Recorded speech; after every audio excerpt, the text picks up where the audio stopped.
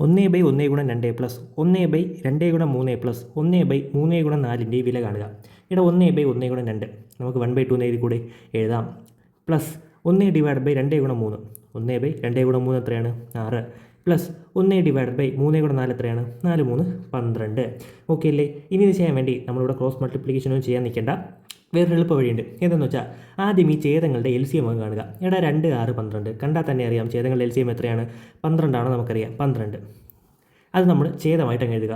ആ LCM ഛേദമായിട്ട് എഴുതുക. അംശത്തിൽ നമുക്ക് എത്രയാണോ LCM കിട്ടിയത് ആ LCM കൊണ്ട് ഈ 3 സംഖ്യകളെ ഗുണിക്കുക.